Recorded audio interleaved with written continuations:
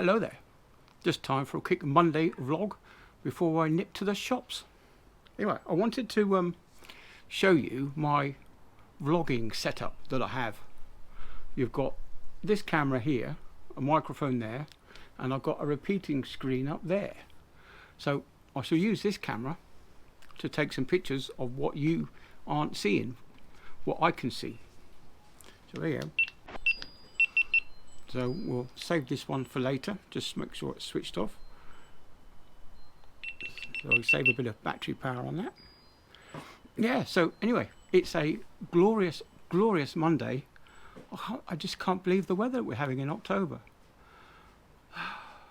Yeah, anyway, I would like to have gone out on a bike ride, but I just haven't been in the right frame of mind to do it. I guess I know my father passed away a week before I came home, and then another 10 days after I came home I buried him, so he's not been buried very long. But I think being away at sea, I kind of held back on the grieving process, and now that I think I'm getting towards the end of my grieving process. I know I lost my grandparents 20 odd years ago, and again I was at sea, and it didn't really impact me until I got home, until quite a long time after they had actually been buried. And when I went to see my dad being buried was the first time that I'd seen my grandmother's and grandfather's grave in a good 20 years. So yeah, that was a bittersweet moment. Just make sure this camera is upright. Yeah, so what are we going to do? We're going to go shopping in a minute. Sarah is on the mend. She's still got a little bit of tummy pain going on, and a little bit of discomfort down there in the tummy region, and I think I might be getting it as well, because I had to visit the little boy's room a couple of times during the night with a bad tummy. So it looks like it's something that's going around. But that's the downside of working in a care home and working with someone who works in a care home, because you end up catching what she catches, and it carries on from there. My mother-in-law, she's in hospital today or tomorrow. We're not sure. They're just waiting for a phone call saying they've got a bed ready for her for tonight. She's having a heart valve replaced. Now, she's a tough old bird, and she does quite a lot of digging and activities down the allotment, and so I've got no worries about her having this little procedure. But nevertheless, it's still quite worrying for my lady Sarah. She's a bit upset because she's ill. She daren't go and see her mother, who's just round the corner. Daren't go and see her in case she passes something on. Anyway, so what I might do in a minute, I might do another Old Man of the Sea story.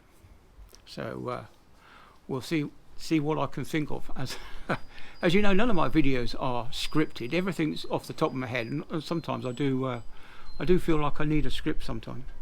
Anyway, yeah, I hope you enjoyed the videos of the park, East Park. I know one of them was 40 minutes long, but I've taken a couple of interesting snippets out and put them up. Yeah, there's a nice I did walk up within a respectful distance of a white swan, and you've seen the photograph of that black swan, so it's very unusual to see a black swan. And I'm looking into creating thumbnails for my video. Someone suggested that it would be a good idea if I created a thumbnail. So what I'll probably do is I'll probably take a video snapshot of one of these videos. Let me just tilt you down a bit there. Take a snapshot from one of these videos and use that with some words across the top and bottom. But when I'm at sea, I might have a bit more time to experiment with that.